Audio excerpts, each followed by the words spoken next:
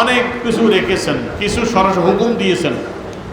আকিমুস সালাতা আতু যাকাতা, নামাজ কায়েম করো, রোজা যাকাত প্রদান করো, কুতিবা আলাইকুমুস সিয়াম, রোজা ফরজ করলেন আল্লাহ পাক, হজের কথা ফরজ করলেন। কিছু ইবাদত বন্দেগী যেগুলো ফরজ ওয়াজিব আল্লাহ পাক হুকুম দিলেন, কিছু আদেশ, কিছু আল্লাহ নিষেধ করলেন সরাসরি। যেমন জুয়া খেলা, মদ খাওয়া হারাম ঘোষণা করলেন, হারামগুলো হারাম করলেন। কিছু আল্লাহ পাক হুকুম না, কিছু মেসাল রেখেছেন, পূর্ববর্তী জমানার বিভিন্ন ঘটনা তুলে ধরেছেন। এই ঘটনাগুলো তুলে ধরেছেন কেন? আল্লাহ কোনো বেহুদা কাজ করেনি। আল্লাহ কোনো বেহুদা কাজ করতে পারে? তা আল্লাহ কোরআনুল কারীমে বিভিন্ন আদেশ দিয়েছেন, নিষেধ করেছেন, অনেক হুকুম আহকাম দিয়েছেন। আবার কিছু আলোচনা রেখেছেন, বিভিন্ন আলোচনা মেসাল তামসিল, যেগুলো পরবর্তী জমানায় আল্লাহ ঘটিয়েছেন। যেমন ফেরাউন, নমরুদ, কাফের মুশরিকরা কি করেছে, তাদের সাথে কি আচরণ করেছেন, আল্লাহ এগুলো রেখেছেন যাতে ইবরত হাসিল করে মানুষ, যে আল্লাহ নাফরমানি করলে আল্লাহ এমনি শাস্তি দেয়। আবার কিছু আল্লাহ ঘটনা রেখেছেন, বিভিন্ন ঘটনা, এই ঘটনা থেকে শিক্ষা নেওয়ার জন্য। যেমন হযরত খিজির আলাইহিস সালামের ঘটনা আল্লাহ কোরআনে রেখেছেন। মুসা আলাইহিস সালামের সাথে খিজির আলাইহিস সালামের যে মুআমালা ঘটনা, এটা রেখেছেন। তো ওখানে যে গোপন জিনিস ছিল আল্লাহ বুঝাচ্ছেন, গোপন জিনিস আছে, যেটা আমার ওলিদের ভিতরে রাজ, আমি গোপন রেখেছি। ওখানে আজকে না সুযোগ পেলে পরে যাওয়ার চেষ্টা করব। আজকে যেই জিনিসটা বলবো সেটি হলো হযরত সুলাইমান আলাইহিস সালামের ঘটনা। হযরত আসিম বিন বরখিয়া হযরত সুলাইমান আলাইহিস সালামের দরবারে একজন আল্লাহর ওলি ছিলেন। হযরত সুলাইমান আলাইহিস সালাম দরবারে বসে বললেন, রানী বিলকিস আসতেছে। তা রানী বিলকিসের একটা সিংহাসন ছিল, মুলকে সাবা, রাজত্ব করতেন, রানী ছিলেন। সে তার একটা সিংহাসন ছিল বিশ্ববিখ্যাত বিশাল সিংহাসন। ওই সিংহাসনটা তিনি দেখাইতে চান, রানী আসার আগে নিয়ে আসবেন। তা রানী যেন একটু আশ্চর্য হয়। তা রানী সেই সিংহাসনটা অসংখ্য গেট তালাবদ্ধ রেখে আসছেন, নিরাপত্তা বাহিনী আছে। তার বিশ্ববিখ্যাত বিরাট সিংহাসন, ওজন অনেক, অনেক স্বর্ণরূপা দিয়ে কারুকার্য করা, বিশ্ববিখ্যাত শেষ একটা সিংহাসন। রানী বিলকিস রওনা দিয়েছে। মুলকে সাবা যাইতে লাগে 2 মাস, আসতে কয় মাস? 2 মাস লাগবে না? যদি মনে করেন সাল্লাল্লাহু আলাইহি ওয়াসাল্লাম দরবার থেকে মুলকে সাবা যাইতে 2 মাস লাগে, তখন আসতে কয় মাস লাগবো ভাই? 2 মাস। তো 4 মাসের রাস্তা। এখন রানী বিলকিস আইসা পড়ছেন, 3 মাইল দূরে আছেন। এখন সাল্লাল্লাহু আলাইহি ওয়াসাল্লাম বলতেছেন, আমার সবাই কে আসো? আইয়ুকুম, তোমাদের কে আসো? রানী বিলকিসের সিংহাসনটা আনবা, সে আসার আগে আগে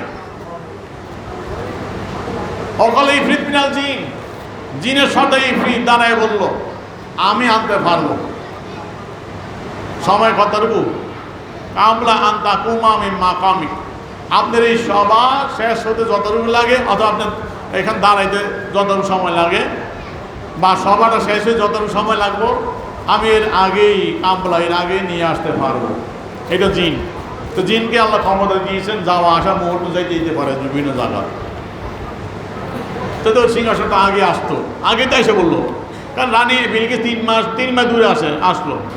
তাহলে এখানে উদ্দেশ্য আল্লাহ তার ওলির ক্ষমতা দেখানো। তো জিনের এটা প্রস্তাব গৃহীত হলো না। এখন আসিম বিন বরখিয়া আল্লাহর ওলি রানী বিলকিসের সিংহাসন আনবেন কতটুকু সময়? রানী সাল্লাল্লাহু আলাইহি সাল্লামকে বললেন, আমি আনতে পারবো। কাবলা আইয়ার তা দিলেগাও তার হুক, সময় কতটুকু নেবেন আপনি? জিনের মতো এত সময় আমি নেব না। কতটুকু সময়? কাবলা আইয়ার তা দিলেগা তার হুক, আপনার চোখের পাতি মারতে, চোখের এইটা মারতে 1 সেকেন্ডও তো লাগে না। চোখের পাতিটা মারতে আইয়ার তা দিলেগা তার হুক, আপনার এই পাতি মারতে যতটুকু সময় লাগে চোখের, এতটুকু সময় না। কাবলা এর আগে বলেন না সুবহানাল্লাহ, আল্লাহু আকবার, ইয়া রাসূলুল্লাহ সাল্লাল্লাহু আলাইহি ওয়াসাল্লাম, জিন্দাবাদ জিন্দাবাদ।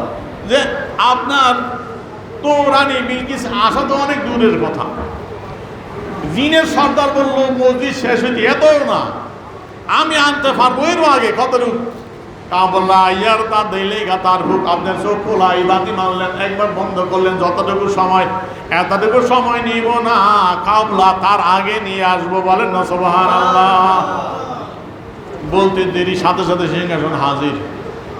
তাহলে আসিফ বিন বরখিয়া বসা সাল্লাল্লাহু আলাইহি সাল্লামের দরবারে, যাইতে 2 মাস, আইতে 2 মাস, 4 মাসের রাস্তা, অসংখ্য গেট তালাবদ্ধ, সিংহাসন বিশাল ওজনের, কেমনে আনলেন বাইরা আমার? কইতে পারেননি কেমনে আসলো, কিভাবে আসলো? আমার আল্লাহ বলতেছে এখানে, আমার অলির চোখ তোমার চোখ মনে করিও না, আমার অলির কান তোমার কান মনে করিও না, আমার অলির হাত তোমার হাত মনে করিও না, আমার অলির পা তোমার পা মনে করিও না। পাইছেনি বাস্তব? আপনার আমার হাত এতটুকুই শেষ। আসিফ বিন বরখিয়া 16 বছর দরবার বসে হাত বাড়িয়ে নিয়ে আসছে। বলেন না সুবহানাল্লাহ। অলিদের আল্লাহ বা ক্ষমা দিলে আপনার আমার কি?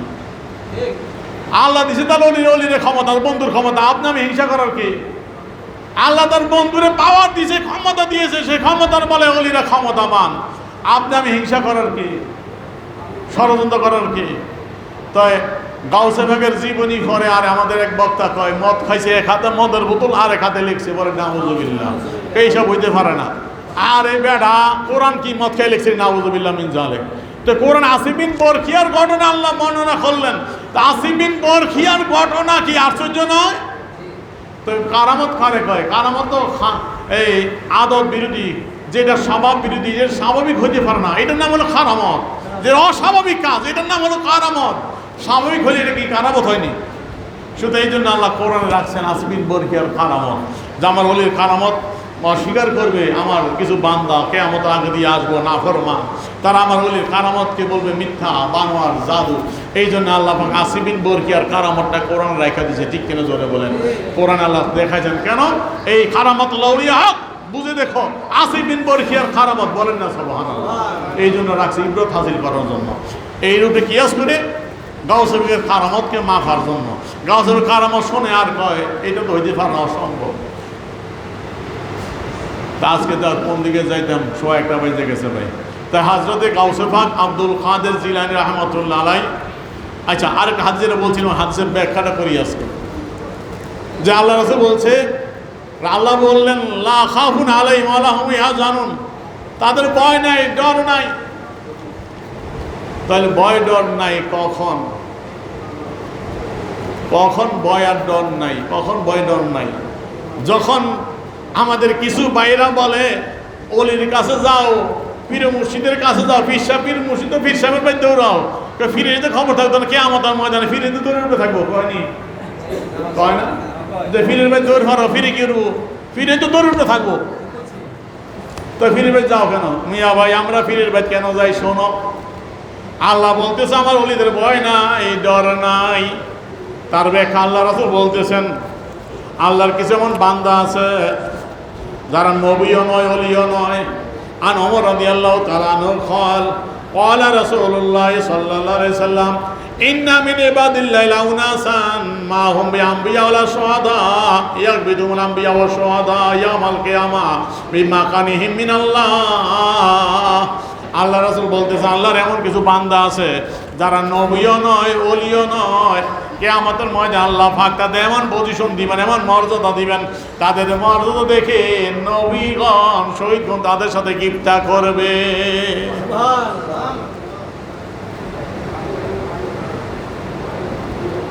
ক্বালু ইয়া রাসূলুল্লাহ তুখবিরনা মানহুম, ও আল্লাহর হাবিব তারা কারা? তারা আল্লাহর কেমন বান্দা একটু আমাদেরকে অবহিত করেন। সাহাবায়ে কেন আরজ করলেন, ও আল্লাহর হাবিব আল্লাহর এমন বান্দা কারা, তাদের সম্পর্কে একটু আমাদেরকে অবহিত করেন, আমরা জানতে চাই। আল্লাহ রাসূল বললেন, ক্বালা হুম কাউমুন তাহাব্বু বিরাহিল্লাহ আলা গায়রি আরহামিন বাইনাহুম ওয়ালা মুআলিন ইয়াতাআতাউনা।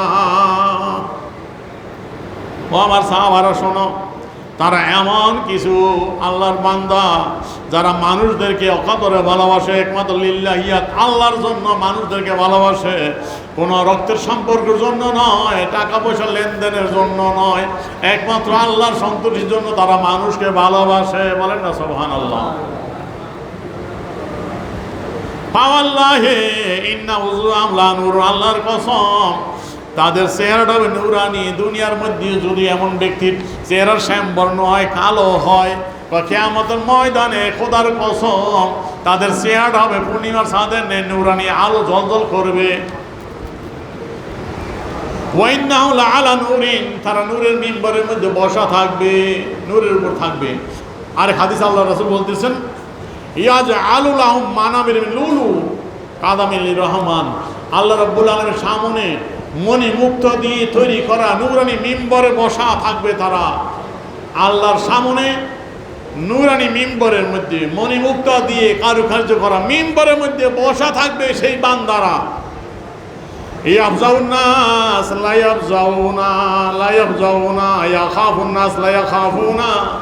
যখন মানুষ কিয়ামতের ময়দানে ভীত সন্ত্রস্ত হয়ে পড়বে, ভয় কাঁপবে, কম্পমান, ওই সময় আল্লাহর ওই বান্দারা ভয়ে পাবে না, চিন্তিত হবে না। বলেন না সুবহানাল্লাহ। কিয়ামতের ময়দানে যারা আমার এই পরকালে কিতাবটা নিয়েছেন দেখবেন কিয়ামতের অবস্থা সেখানে দেওয়া আছে। কিয়ামতের বিভীষিকায় সকল মানুষ ভয়ে কম্পিত, ভয়ে ভীত, চিন্তিত, পেরেশানগ্রস্ত, কি জানি হয়। আল্লাহ রাসূল বলতেছেন আল্লাহর ওই বিশেষ বান্দারা ওই সময় আল্লাহর সামনে নূরের মিম্বরে বসা থাকবে, তারা চিন্তিত হবে না, ভয়ও পাবে না। বলেন আলহামদুলিল্লাহ। আল্লাহ রাসূল এরপরে দলিল দিচ্ছেন, তারা কারা? রাসূল বলেন তার উপরে যাইয়া, ইজা খাফান নাস লা ইয়াখাফুনা, মানুষ ভয় পাইলে তারা ভয় পাবে না। ওয়ালা ইয়াহজানুনা ইজা হাজিনান নাস, মানুষ চিন্তিত হলে তারা চিন্তিত পেরেশানগ্রস্ত হবে না। তারা আল্লাহর সামনে নূরের মিম্বরে বসা থাকবে শান শকত নিয়ে। কারা হাজিল আয়া, তারা আল্লাহর আয়াতে কারিমা তেলাওয়াত করে বুঝলেন আল্লাহ যাদের কথা বলছেন তারা হলো এরা। আলা ইন্না আউলিয়াল্লাহি লা খাউফুন আলাইহিম ওয়া লা হুম ইয়াহজানুন। আল্লাহ যে আয়াতে কারিমা পড়ে তেলাওয়াত বুঝিয়ে দিলেন আল্লাহ যাদের কথা বলছেন আল্লাহর ওলি যারা, তাদের ভয় নেই, ডর নেই, তারা হলো কিয়ামতের ময়দানে আল্লাহর সামনে নূরের মিম্বরে বসা থাকবে, কোনো ভয়ে ভীত হবে না, চিন্তিত পেরেশানগ্রস্ত হবে না। বলেন না সুবহানাল্লাহ। তাহলে আল্লাহর ওলিরা, আল্লাহর মাহবুব যারা, আল্লাহর প্রিয় যারা, আল্লাহর সামনে কিয়ামতের নূরের মিম্বরে বসা থাকবে, চিন্তা পেরেশান নাই, ভয় নাই। কার কথা? আল্লাহ আল্লাহ রাসূলের কথা। আল্লাহ বলছেন কোরআনে, রাসূল বলছেন হাদিসে, ঠিক কিনা জোরে বলেন। তা আল্লাহ বলছেন, তার হাবিব বলছে আল্লাহর ওলিদের ভয় নাই, ডর নাই, কিয়ামতের ময়দানে তারা নূরের মিম্বরে আল্লাহর সামনে শান শকত নিয়ে বসা থাকবে। বলেন না সুবহানাল্লাহ। তাই গাউসে পাক আব্দুল কাদের জিলানী আল্লাহর ওলি ছিলেন কিনা? সারা বিশ্ব ওলি হিসেবে মানে কিনা? মানে। আমি দেশের ওলিদের অফি রাখলাম। গাউসে পাক আব্দুল কাদের জিলানী রাহমাতুল্লাহ আলাইহিকে যদি আমরা ভালোবাসি, লাভ না ক্ষতি? কেমন লাভ? কিয়ামতের ময়দানে শুনলেনি আল্লাহর ওলিগণ আল্লাহর সামনে নূরের মিম্বরে বসা থাকবে, ভয় নাই, চিন্তা নাই, পেরেশানগ্রস্ত হবে না। আল্লাহ রাসূল বলতেছেন, এক সাহাবী জিজ্ঞাসা করি, ইয়া রাসূলুল্লাহ, লাওয়ান্না আবদাইন তাহাব্বা ফিল্লাহ আযজা ওয়াজাল ওয়াহিদুন ফিল মাশরিক আখার ফিল মাগরিব। ও আল্লাহর হাবিব, দুই ব্যক্তির অবস্থা এমন, একজন আরেকজনকে ভালোবাসে, দেখা নাই, সাক্ষাৎ নাই। একজন পৃথিবীর পূর্ব প্রান্তে, আরেকজন পৃথিবীর পশ্চিম প্রান্তে, দুইজন দুই জায়গায়, দেখা নাই, সাক্ষাৎ নাই, কিন্তু আল্লাহর জন্য ভালোবাসে। বলেন না সুবহানাল্লাহ। ভালোবাসে কেন? টাকা পয়সার জন্য না, যেটা বলছে আল্লাহ রাসূল, ওলিরা মানুষকে ভালোবাসে আল্লাহর জন্য। তো বলতেছে ভালোবাসে কেন? ফিল্লাহ আযজা ওয়াজাল, আল্লাহর মহব্বতে তাদেরকে ভালোবাসে, দেখা নাই, সাক্ষাৎ নাই। একজন পৃথিবীর পূর্ব প্রান্তে, পশ্চিম প্রান্তে, দুইজন, কিন্তু জানে আল্লাহর ওলি, আল্লাহর মাহবুব, এই জন্য আল্লাহর জন্য ভালোবাসে। বলেন না সুবহানাল্লাহ। এই ভালোবাসা কেমন হবে? বৃথা না সফল? আল্লাহ রাসূল জবাব দিলেন, লা জামাল্লাহু বাইনাহুম ইয়াউমাল কিয়ামা ইয়াকুলু হাযাল্লাযী কুনতা তুহিব্বু ফিয়া। লা জামাল্লাহু বাইনাহুম ইয়াউমাল কিয়ামা, কিয়ামতের ময়দানে যে যাকে ভালোবাসে উভয়কে আল্লাহ পাক একত্র করে দিবেন। বলেন না সুবহানাল্লাহ। আল্লাহ পরিচয় করাই দিবেন। পরিচয় কে করাইবো? আল্লাহ। লা জামাল্লাহু বাইনাহুমা, আল্লাহ উভয়কে, একজন পূর্ব প্রান্ত পশ্চিম, দেখা নাই, সাক্ষাৎ নাই, এক যুগে নাই, কিন্তু ভালোবাসে। কিয়ামতের মধ্যে আল্লাহ পাক উভয়কে পরিচয় করাইয়া দিয়ে বলবেন, হাযাল্লাযী তুহিব্বু ফিয়া, ওই আমার বান্দা আব্দুল রহিম, আব্দুল করিম, এই সেই আমার ওলি গাউসে পাক যাকে আমার জন্য ভালোবাসতা। বলেন না সুবহানাল্লাহ। কে পরিচয় করাইব? আল্লাহ পরিচয় করাইবেন। তা আল্লাহ রাসূল বলছে দেখা নাই সাক্ষাৎ নাই, গাউসে পাককে দেখেছি না আমরা, আমাদের দেশে আসেনি। গাউসে পাক রয়েছে ইরাকের বাগদাদের জমিনে, আমরা বাংলার জমি থেকে গাউসে পাককে ভালোবাসি। শত শত বছর আগে তিনি ইন্তেকাল করে গেছেন, কিন্তু আমরা গাউসে পাককে ভালোবাসি কি ভালোবাসি না? শুধু গাজা গরিব নওয়াজকে ভালোবাসি কি ভালোবাসি না? ভালোবাসি। কেন? তিনি আল্লাহর ওলি ছিলেন, স্বীকৃত, ঠিক কিনা জোরে বলেন। এখন আল্লাহ বলতেছেন, কেমন আল্লাহর হাবিব বলছে কিয়ামতের ময়দানে তুমি যাকে ভালোবাসো দেখো নাই চিনো না এক যুগে না, কিন্তু ভালোবাসো আল্লাহর জন্য। আমরা কি আল্লাহর জন্য ভালোবাসি না, না টাকা পয়সা মার জন্য ভালোবাসি? তিনি আল্লাহর ওলি ছিলেন, তিনি ইসলামকে পুনর্জীবিত করেছেন, ইসলাম প্রচার করে গেছেন, সেই আল্লাহর ওলি, আল্লাহর মাহবুব, এই জন্য আমরা ভালোবাসি, ঠিক কিনা জোরে বলেন। রাসূল বলছে যে আল্লাহর জন্য ভালোবাসে কিয়ামতের ময়দানে আল্লাহ পাক তার সাথে তোমার পরিচয় করাইয়া দিবে। লা জামাল্লাহু বাইনাহুমা, উভয়ের মধ্যে আল্লাহ একত্র করবেন, বলবেন এই সেই গাউসে পাক, এই গরিবে নওয়াজ, এই হলো শাহজালাল ইয়ামানি, যাকে আমি আল্লাহর জন্য ভালোবাসতাম। বলেন না সুবহানাল্লাহ। সেদিন হবে পরিচয়ের দিন। সুতরাং সেদিন গাউসে পাকের সাথে যদি আল্লাহ আপনার পরিচয় করায় দেয়, আপনার আমার ভয় আসেনি? আল্লাহর গাউসে পাক বসা থাকবে আল্লাহর সামনে শান শপথ নিয়ে নূরানি মিম্বরের মধ্যে। গাউসে পাকের সাথে পরিচয় করাইলো কি? যেন তোর ব্যক্তি না, আল্লাহ ও গাউসে পাক তোমাকে ভালোবাসতো আমার এই বান্দা। বলেন না সুবহানাল্লাহ। তাই গাউসে পাকের সাথে আল্লাহ পরিচয় করে দেন, গাউসে পাক আপনি ভালোবাসতেন। আপনি যদি ওই সময় বিপদে পড়েন, গাউসে পাক সাহায্য করবে কি করবো না? শাফাত করবে কি করবে না? আরে বেটা, গাউসে পাক দূরের কথা, একজন মুমিনও শাফাত করবে। আমার এই কিয়ামতের কিতাব, পরকালে কিতাব যারা আছে পুরোটা পড়লে পাইবেন, কিয়ামতের অবস্থা শাফাত কারা কারা করবে। শাফাত করবে নবীরা, শহীদগণ, ওলিগণ, আলেমগণ, সাধারণ পাবলিকও শাফাত করবে। পেয়ার হাজিরিন, শাফাত আল্লাহর ওলিরা কেমনে শাফাত করবো সব দেওয়া আছে ভাই। তাহলে গাউসে পাককে ভালোবাসলে তো শাফাত মিলবো কি মিলবো না? এই জন্য আমরা ওলির বাড়িতে দৌড়াই, কিয়ামতের ময়দানে ওলিদের ভয় নাই, ডর নাই, ঠিক কিনা জোরে বলেন। আল্লাহর ওলিরা আল্লাহর সামনে নূরানি মিম্বরে বসে থাকবে, তাদের ভয় নাই, ডর নাই। তারা তার আশেকদেরকে সুপারিশ করে করে জান্নাতে নিয়ে যাবে, ঠিক কিনা জোরে বলে। এই জন্য আমরা ওলির দরবারে যাই, ঠিক কিনা জোরে বলে। সুতরাং বাকি আলোচনা আজকে আর যেতে পারলাম না, দুঃখিত, এমনি সময় নিয়ে ফেলছি।